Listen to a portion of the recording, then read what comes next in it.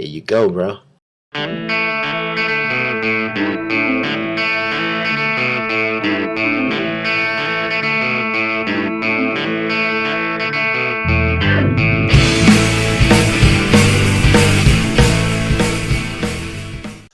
What up? Welcome to another edition of 22MW. My name's Tony. I'm coming to you from EBK Studios, and today I'm joined by Scott. What's up, Scott? Hello. My brother, Andrew. Andrew. Hey, what's going on, Tom? So, who do you think is going to be the next musician who's not super ever talked about, and then when he dies, everyone just talks about him all the time and how great he was and how much they loved him, even though you've never heard him put a record What, out? the next one? Yeah, who do you think? That's a good question. John Mayer comes to mind. I don't know why. Okay, John Mayer's probably still got a ways to go. I'm going with Bono. U2 sucks, but when Bono dies, everyone will talk about how great U2 is. That's true. I do like Prince, though, to be fair. Okay, but you're like a music guy. Like you probably have actually heard a Prince album before. You maybe even own one. Right. I've talked to you about music 10,000 times, and you've never brought up Prince, and then when the day he dies, all of a sudden you're the biggest Prince fan. Yeah. I see a lot of that going around, for sure. It happens, you know. I did kind of get into David Bowie after he died. Like, I really should listen to some David Bowie. It spurred on, like, I really should get around to listening to him now that he's dead. All right. Well, I think that's a little different than coming out all of a sudden talking out about how big of a genius he is, as opposed to saying, well, let me see if he actually is a genius. I think those are two different things. I think mine would be right. Little Richard. I think he's still alive, right? Yeah? Yeah, he is. Yeah. He's still... yeah, and everybody's just going to say, oh, he was the best 60 years ago. Yeah, I don't think he's up there. But, yeah, I think Bono's a good call. You know, Keith Richards, he's going to outlive us all probably. Yeah. When you say Bono's like the, what's that guy's name? Kevin James of the music world, like just not very good but keeps getting work. I don't know. Yeah, Kevin James is somewhat likable, though, so. How about Rob Schneider? Well, like Rob Schneider's, I guess Kevin James is friends with Sandler, too. Anyways, all right. Let's get into our top 22. What do you got, Andrew? Top 22. My top 22 is, I just got Secret Wars, the big ending of the Marvel Ultimate Universe. So okay. So I just got the big hardback trade edition that I'm going through. It's pretty good. Okay, that's cool. What about you, Scott? What's your top 22? My top 22, I got this movie at McKay's a week or two ago. I never watched it, and I'd always passed it up. I'm a big 80s horror movie fan, but I never did watch it because I just assumed it was a softcore porn. But it is not. It's a movie called Witchboard from the mid-'80s. I forget exactly what year. It stars Tawny Contain from the from the Whitesnake video. Here I go again. No, America's Funniest yeah. People, I think, is what Oh, you okay, best said. yeah. With Dave Coulier. Yeah. Anyway, if you love 80s horror movies, I never had seen it, and I watched it, and it was a pretty fun movie. Essentially, it's one of those ones where they they use a Ouija board, and then bad stuff happens. You know, demonic possession, all that stuff. But, you know, the characters were pretty good. It was an interesting mystery, and I was pleasantly surprised. It was a fun movie. Definitely a watch for horror movie fans. And you made it through it? Yeah, I watched the whole thing. But you couldn't make it through Dumb and Dumber 2. Yeah, I lasted 8 minutes through Dumb and Dumber 2. And you love Daddy's Home. I like Daddy's Home. I was positive on Okay. Daddy's Home. Now, to be fair, I didn't watch all Dumb and Dumber 2, but I made it 8 minutes through Dumb and Dumber 2. You know, I was a big crapper on Dumb and Dumber 2, but the payoff for it actually made it a good one-time watch. I'll never watch it again. I watched part of it again with Kurtis, and he laughed hysterically. I didn't laugh hysterically, but the payoff at the end of the movie was kind of worth it as a fan of the original. But anyways. Okay, I'll give it a watch then, but... yeah, I watched. I didn't watch the first part. I just watched like the part where they're in their meth lab rental home for a little bit, and I just couldn't keep on. Some people don't like Bill Murray. Some people don't like scenes with Bill Murray. And I like Bill Murray's face. Okay. All right. There you go. All right. Okay. So my top 22 this week is I had a really busy week, and I've been doing this show for over 2 years. So sometimes it's hard to come up with new stuff to talk about. But the Angry Video Game Nerd this week, he did something I wish I could do, and he came out and just said like, "Hey, I'm not going to see the new Ghostbusters movie." And I just love that. Props for that. I'm jealous. I wish I could do that. I will be seeing it. Obviously, he got all these ignorant responses calling him misogynistic, which is, I mean, the stupidest thing in the world. Where does that end? But I guess everyone that doesn't go buy a ticket on opening weekend is misogynistic too. But yeah, okay, there you go. My top 22. All right, so let's get into our Watch It, Rent It, Forget It for this week. It's a movie coming out, put out by Warner Brothers, starring Ben Affleck. So you know that's a great pairing right there, right? It's called The Accountant. It's got Anna Kendrick. We play a game here. I don't have a count with me, but if y'all want to just give me your votes real quick. We play a game called Is Anna Kendrick Hot? No. Scott? I think she's attractive. Okay. All right. There you go. Thanks. Anyways, and J.K. Simmons is in this, and it essentially seems to be about a kid that's a little OCD, and he ends up going psychotic. Andy, what did you think about this movie, and watch it, rent it, or forget it? I mean, from the trailer, you really can't gather a whole lot, but I think that if I was someone who went to the movies on a regular basis, which I as I get older, I find harder to find the time to do so. But this would be nothing that I'm jumping up to see. I think it would probably be a good date movie if you're just wanting to take a girl out to the movies. So alone, you might not like it, but if you and Scott went, it'd be pretty cool, huh? Yeah, hold hands, you know. Yeah. It'd be fun. Yeah. Okay. All right. Rub the inside of his thigh. Yeah, no. I'm gonna say rent it, though. On certain circumstances, I could see myself actually shelling out the $11 to go watch it. Okay. Scott? I thought it was a really good trailer. I do like trailers that kind of give you the vibe of the movie more than telling you the entire plot. I mean, just reviewing the trailer alone, it presented itself very well. You know, you get a good feel what the movie's going to be. He's a Asperger's OCD guy that's obviously a, hyper hitman kind of person, or, cleaner for the mob or something. So you get a feel for what the movie is and what it's going to be, but, you'll be surprised when you actually watch the movie. You're not going to get spoiled for what's going to happen. So I like the trailer a lot, but I'll probably watch it in theaters. Yeah, I'll give it a watch, just based on the trailer. Yeah, me and Scott are on the same page here. I think the trailer doesn't give away too much, doesn't even really tell you a lot about what's going to happen in the movie, just gives you a vibe, and it's Ben Affleck being brooding, and it seems great, right? I mean, I'm excited about it. It's definitely a watch it for me. I guess I'm the opposite of Andy, where I go see a movie every week, whether it's good or not, so I look forward to being a week where I get to see a good one as opposed to a bad one, so watch it for me.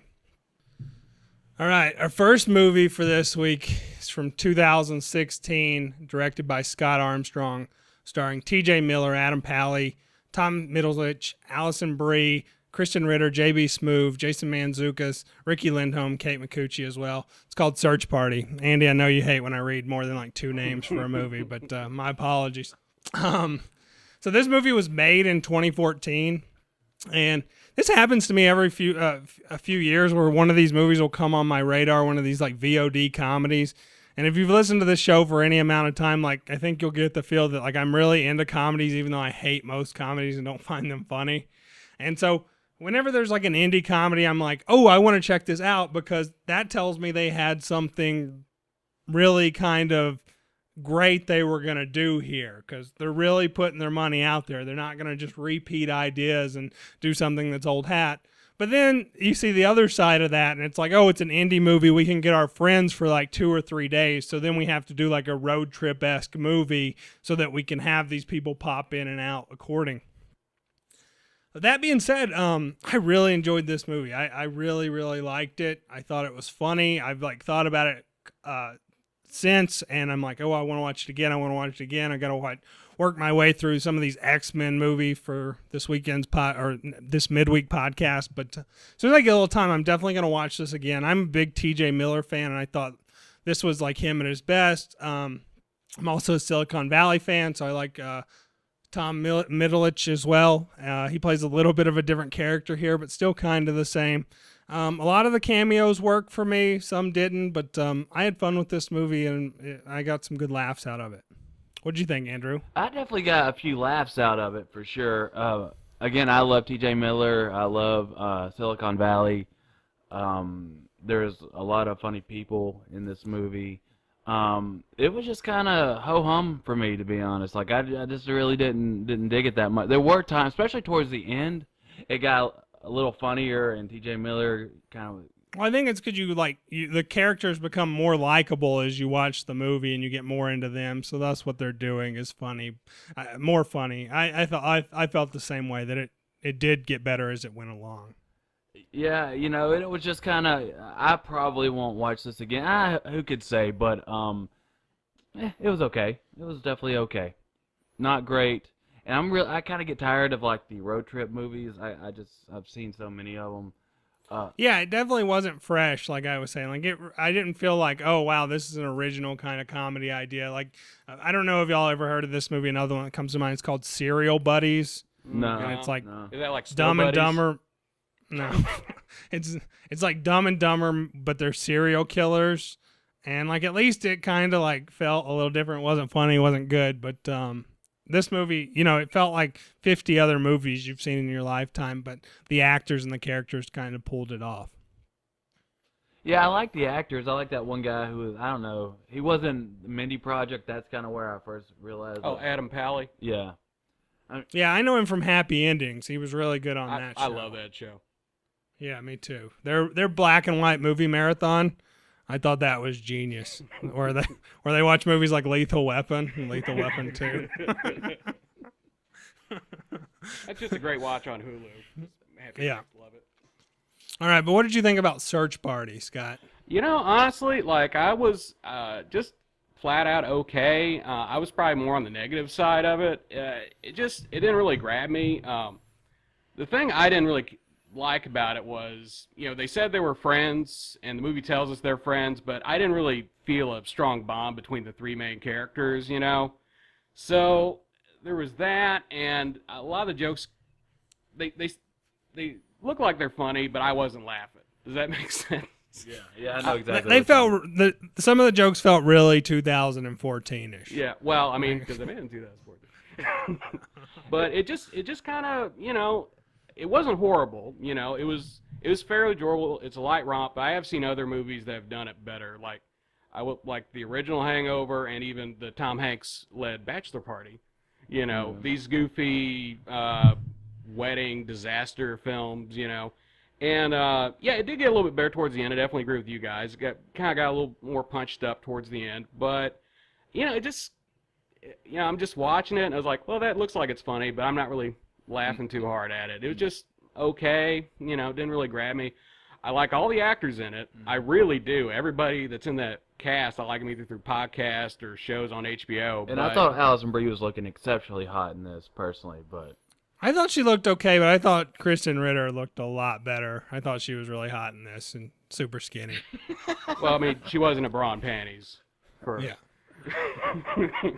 But, it also had Garfunkel and Oates, who I really like, and their IFC show I've talked about here before. And, that to me, that show is the exact opposite of this Ghostbusters movie. They just kind of did their own thing as opposed to just like, hey, we're going to take this thing people really like. We're going to name it the exact same thing. We're going to put women in it, and we're going to be like, oh, yeah, we're pro-women, as opposed to just being like, hey, why don't we create some great women characters that can stand on their own, as opposed to trying to rehash some stuff like that's the best women deserve. I like Garfunkel and Oates too. I thought they were a little out of place in this movie, to be honest. Well, yeah, again, it's one of those comedies where there's like, oh, we could get our friends for 2 days. And maybe one Garfunkel and Oates song like at the first wedding.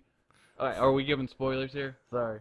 Well, I mean, just say that this there's one two doesn't matter. The Garfunkel Oates song. They don't really give away anything, but there are spoiler. There are two Garfunkel and Oates songs in this film. The first one was, But the first was one's fine. classy, right? It's like kind of not Garfunkel and Oatesy almost. Well, I gotta say, I really like when they did their first song. I was just like, really, they're using Garfunkel and Oates for this wedding song? It was almost kind of annoying. And then when they did their second song, it's like, okay, I'm laughing. That's the part I kind of enjoyed. The second Garfunkel. That's why I think it worked having two songs, is because the tone was different from the first to the second one. But I guess that's not just me; it's Scott. I'm glad to be on this side of it as opposed to Daddy Home, where I'm just sitting in a room with people that love Mark Wahlberg and Will Ferrell movies, and I'm like, what the crap is going on? Well, keep in mind, I did not enjoy the film in this case, but I did enjoy. I will say the setup and the punchline for the Garfunkel and Oates that worked out, I guess. But just a lot of the movie left me flat, you know. Yeah, me too. Again, some really funny things, some really funny parts. But yeah, all in all, it was just kind of meh. All right, what are you going to rate it, Andrew? I'll say 3 net launchers out of 3.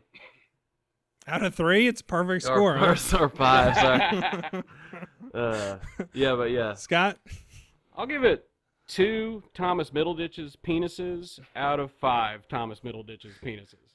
So that's something I've talked about several times here, and I'm glad you brought. I don't know why I'm glad you brought that up, but anyways, it is like I wish movies would just be like, we were gonna show a penis in here, instead we're not going to. Please credit us positive 2 laughs, and I would gladly just be like, yes, I'll give you 2 additional laughs since I didn't have to see a penis.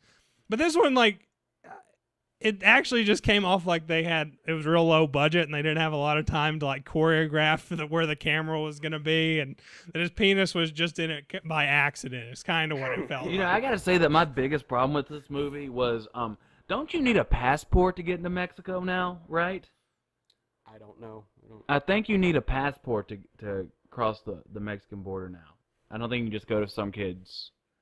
Well, didn't Ricky Gervais throw his passport away?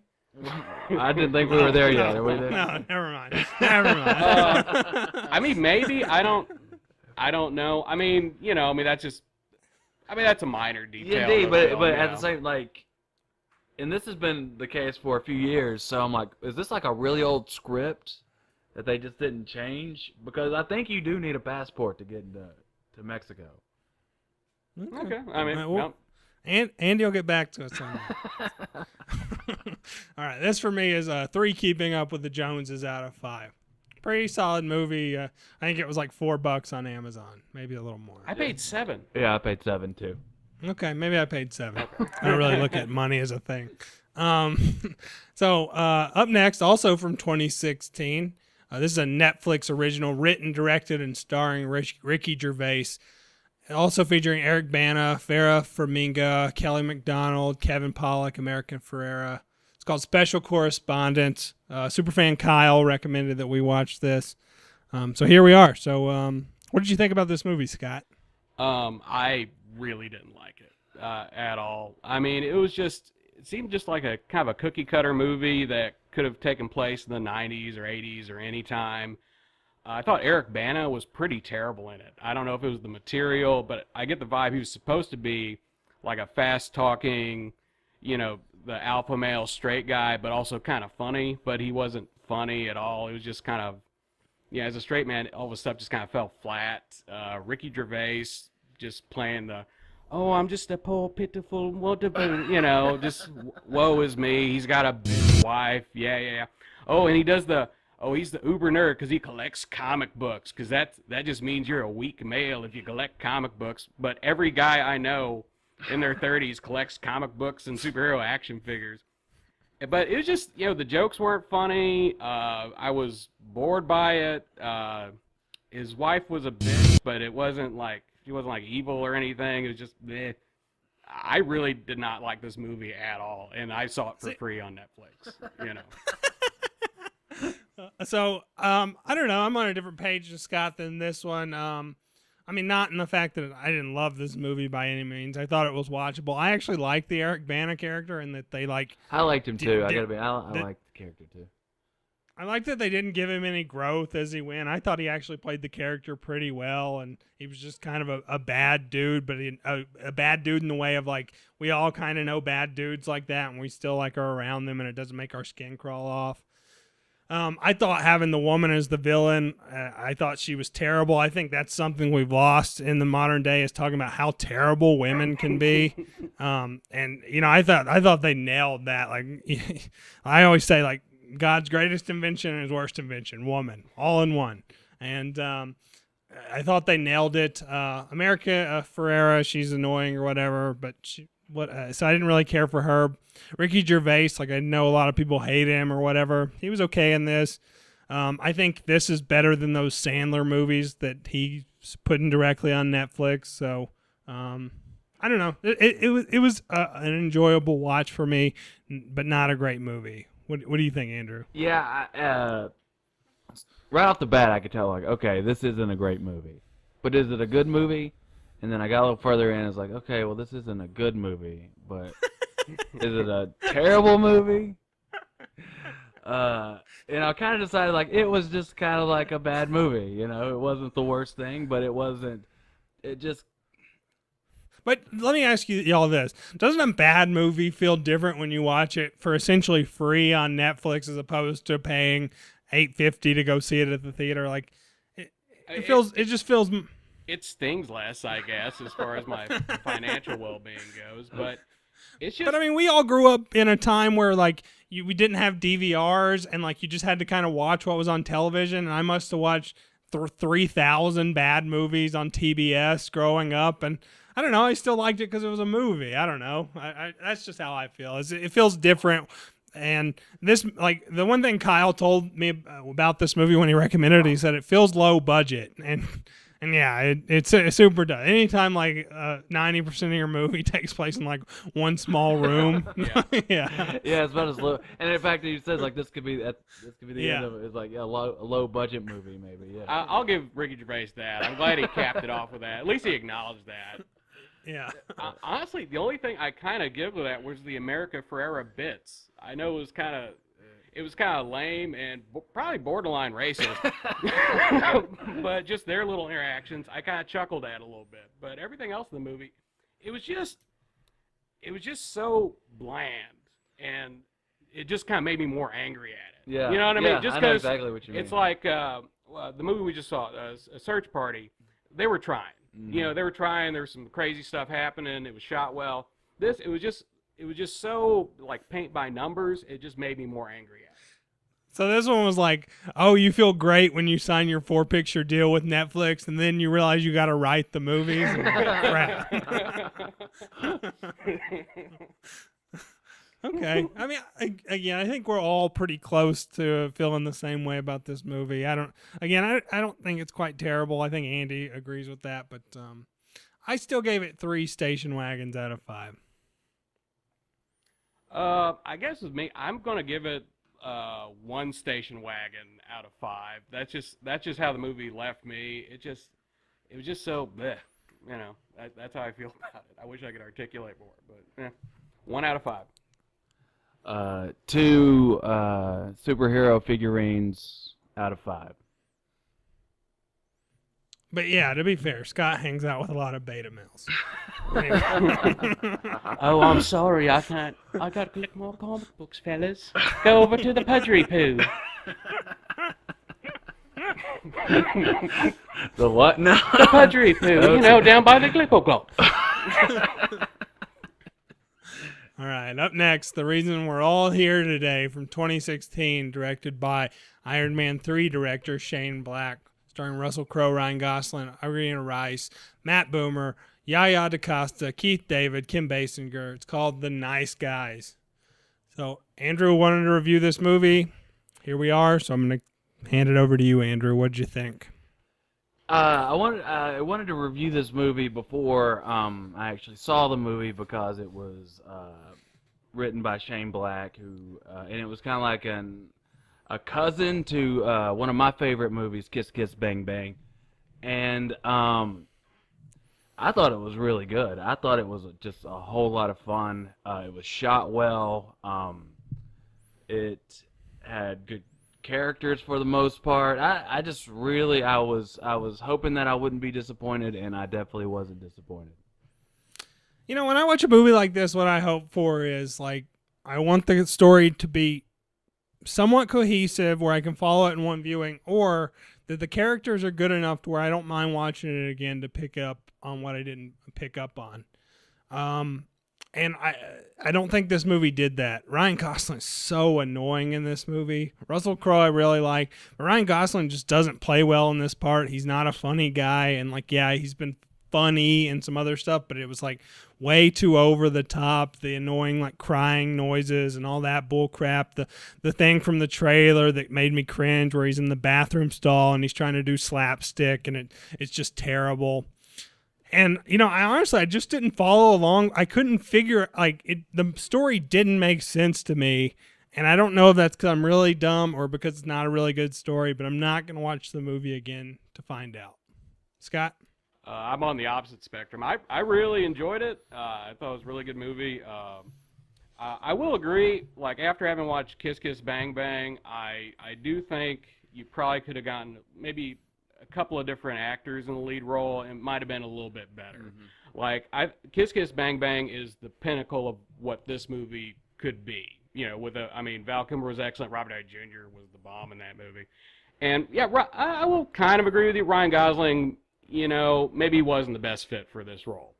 Russell Crowe, he was okay, you know, but he's just playing a big hulking brute, you know. But overall, I really enjoy this movie. This is your classic L.A. detective story, which always, mind you, have a super convoluted, almost nonsensical plot. But the mission accomplished. Yeah. That's what they were going for, mission accomplished. But that's a pet peeve to me. But it was. I mean, I was able to follow the plot. They were after the girl. She made a porno. I don't want to get into spoilers and stuff here, but it leads to the Detroit auto industry and whatnot. Did things wrap? I mean, was it kind of like Chinatown towards the end? You know, a little bit. Yeah, but I will say, like, I really enjoyed the movie. I thought the plot was great. I thought a lot of the jokes worked. It took me a while to kind of get into it. I'd say, like, after the party scene, I was sold. You know, when they find that first dead body in the party scene. And from there, you know, the action picked up. You know, the craziness picked up. I liked it when that hitman was shooting at him in their house. You know, that was a fun scene. And the whole, like, the culminating action scene, you know, the climax of the film, I really enjoyed that. I liked the plot. I liked the L.A. detectiveness of it. I thought it was just a really solid, fun movie. I think could have been cast a little bit better. And it took me a little while to kind of roll in it, but I liked it a lot overall. Yeah, I might agree with Ryan Gosling that they probably could have got someone better, maybe Channing Tatum or something like that. Who knows? But I did think that scene in the bathroom was funny, though, with the bathroom stall. I genuinely laughed out loud with that. So it's like when you go to the theater every week, there become trailers that like annoy you over time. Like currently that United State of Jones or whatever it's called, the Matthew McConaughey, like that one I've seen so many times. I'm just like, please come out. And like Dolphin Tale 2, like that trailer, I must have saw that 500 weeks in a row. Now, I know I haven't done the show that many weeks, but I saw it 500 weeks in a row. But this one was annoying instantly. And me and Kurtis talked about it here on the podcast that we were both really annoyed by it. One, I just really hate the name of it. Like, you have the other guys, you have the good guys, the Colin Farrell show, and then the nice guys. It just, I don't know, feels lazy. My two favorite parts of this movie were Ryan Gosling's daughter, Angouria Rice. I thought she was really, really good and really talented. And then the little boy on the bike with the big penis. I was going to mention that if you weren't. he was really, really, really funny. So there were some good moments in this film. But for the most part, I'm just like, what the crap is going on here? Again, it may just be me being stupid. Yeah, to me, this is a movie that you can watch every year or two and just enjoy the crap out of. Yeah, I think I'd suggest revisiting this movie in maybe a year, Tony. Then you got a vibe of what's going on. Then maybe you could, follow. It might help you follow the plot a little bit. The plot is a little convoluted for sure, but I'd say revisit a year and you might enjoy it more.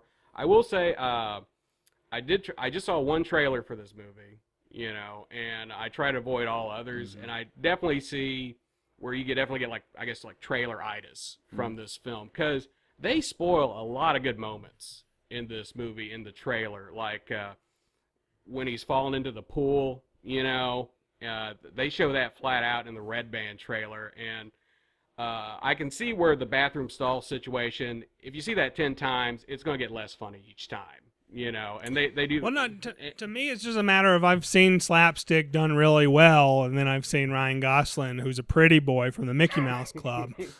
Was he in the I've Mickey seen Mouse him Club? try to do. He was. I've seen him try to do it, and he's just not good at it. I think it. I mean, say what you will about Michael Richards' stand-up and his professionalism, but he's great at slapstick comedy for sure. He would have never got rattled had he been doing slapstick that night. Oh, God. Yeah, was he performing at the Comedy Store as featured in this film?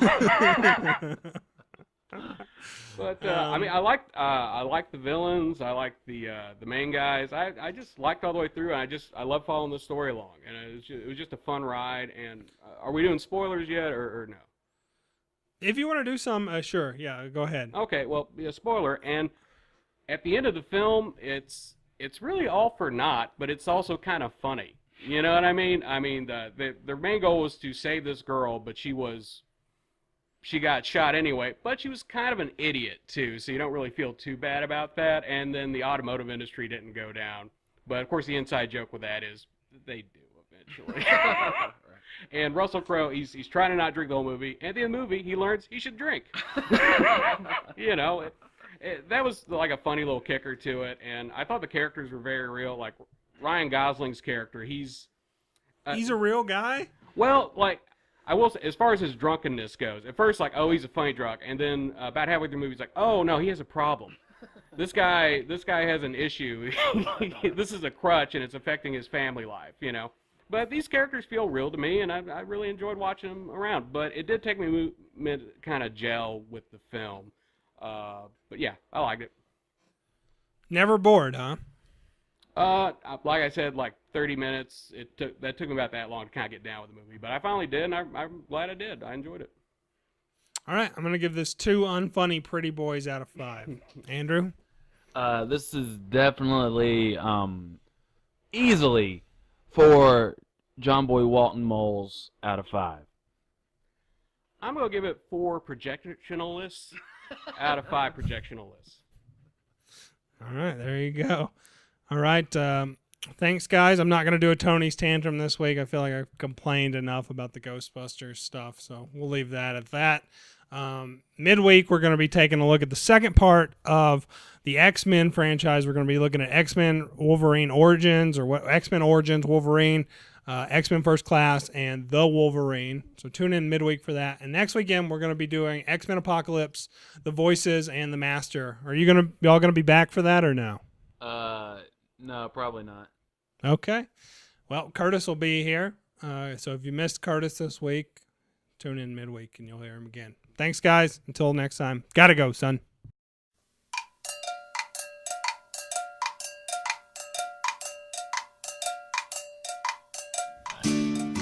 Pay attention.